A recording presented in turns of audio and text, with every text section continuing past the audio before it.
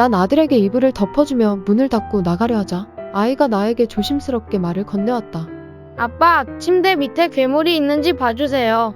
나는 아들의 부탁에 알겠다는 듯 아무것도 없을 침대 밑을 보았고 나는 침대 밑에서 비명을 지를 뻔했다. 침대 밑에서는 공포에 떨고 있는 또 다른 내 아들이 나를 보고 있었기 때문이었다. 침대 밑에 있는 아들과 눈이 마주치자 그 또 다른 아들은 떨리는 목소리로 나에게 말을 건네왔다. 아빠, 침대 위에 누군가가 있어요. 화창한 날, 갑자기 나타난 천사가 내게 소원을 물었다. 가슴 깊이 간직한 바람, 어렸을 때 잃어버린 엄마를 다시 만나는 것.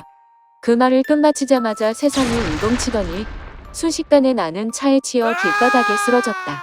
고통 속에서 천사의 재등장. 이런 게 아니야. 네, 울부짖음에 천사는 눈을 빛내며 대답했다. 두려워하지 마라. 이는 너의 소원이 이루어지는 과정이니 곧 엄마의 품에서 평화를 찾을 것이다. 천사의 말은 미스터리한 예언처럼 들렸고 나는 그 순간 무슨 의미인지 알 것 같으면서도 모를 듯한 아득함 속에 휩싸였다. 어린 시절 한적한 시골에서의 추억 중에 하나를 떠올려 봅니다. 친구들과 함께 아름다운 개울가에서 놀던 한날 먼 곳에서 무언가 움직이는 것을 발견했습니다. 그것이 점점 가까워질 때까지는 그저 사람일 거라고 생각했죠. 그런데 그 사람의 발 밑에서는 더욱 충격적인 장면이 펼쳐졌습니다. 이미 세상을 떠난 할아버지의 시체가 고요하게 떠 있었던 것입니다. 나는 순간적인 공포에 휩싸여 친구들을 부르며 시체를 잡았고 친구들에게는 어른들에게 빨리 알리라고 외쳤습니다. 그런데 그때의 두려움은 할아버지의 시체가 아니라 그의 위에 떠있던 또 다른 할아버지의 모습이었습니다. 그것은 도대체 무엇이었을까요? 믿을 수 없다. 이 한마디가 머릿속을 계속 맴돌았다. 3년간 실종되었던 딸이 살아있다는 경찰의 전화에 나는 눈물을 흘렸다. 그 소식은 너무도 갑작스럽고 충격적이었다. 난 무너져 내려앉을 듯 숨을 크게 쉬었다. 전화를 끊자마자 나는 차를 타기 전에 의도치 않게 뒷마당을 한 번 더 살폈다. 갑작스러운 기억이 떠올라 나를 괴롭혔다.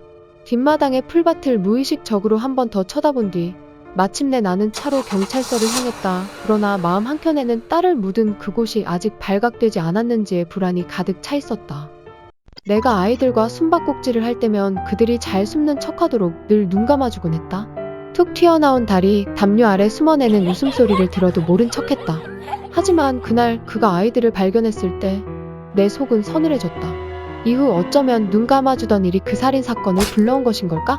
난 아이들을 다시 봤을 때는 아이들의 눈빛은 초점을 잃었다.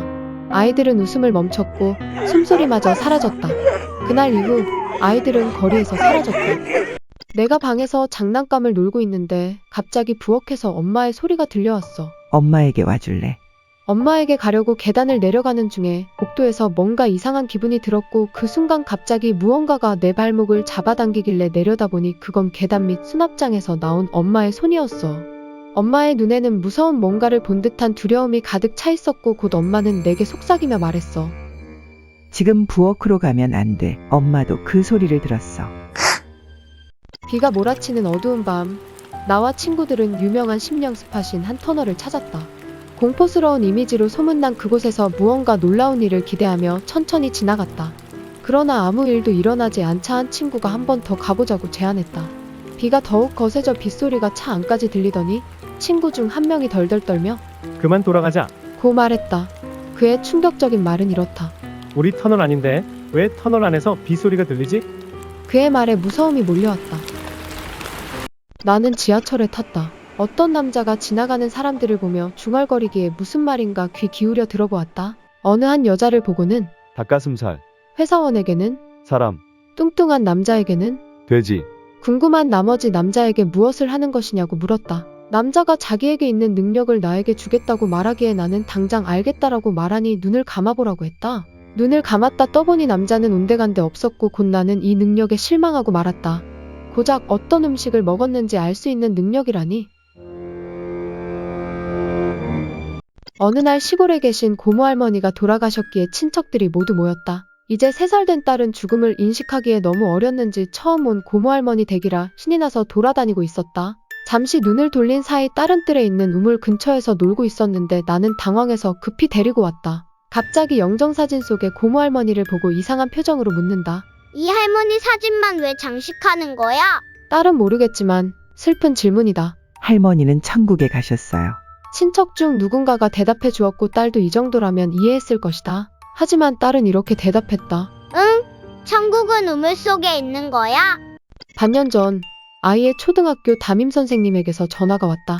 담임 선생님의 목소리는 상당히 화가 나 있는 듯했다. 흥분한 상태라 아이가 사고라도 당한 건지 불안해졌다. 이윽고 담임 선생님은 내게 이렇게 말해주었다. 어머님, 은 여자가 아닙니다. 거기가 함몰되어 있을 뿐 훌륭한 사내 아이입니다.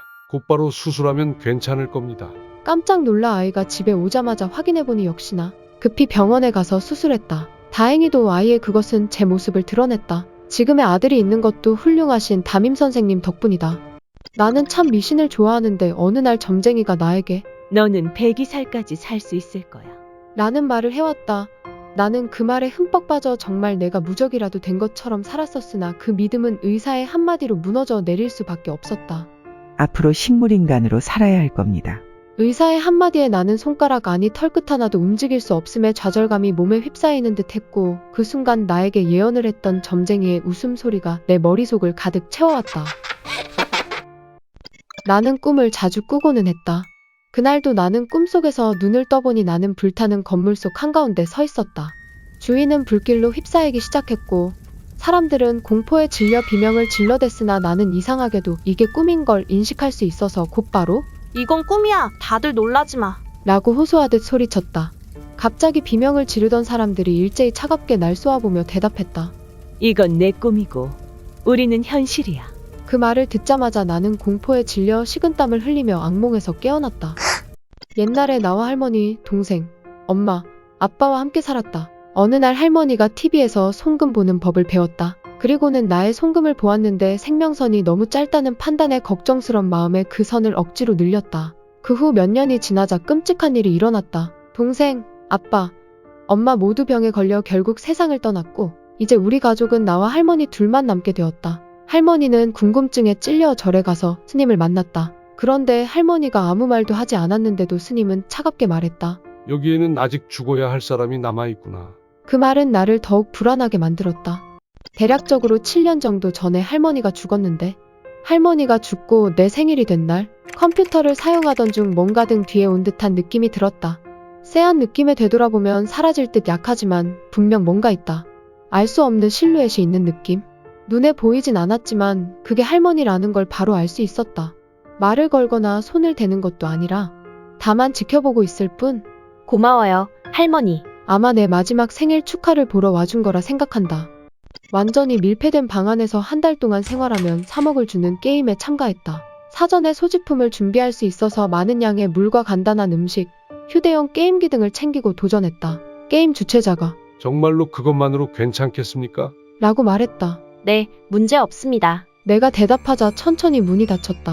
한 줄기 빛도 들어오지 않는다. 소리도 없다. 하지만 휴대용 게임기도 있고 불빛이 조금 어두워서 읽기 어렵지만 만화책도 있다. 식료품도 많이 있다. 하지만 몇 시간 정도 흘렀을까? 갑자기 갑갑해지면서 밀려오는 졸음에 일단 자기로 했다.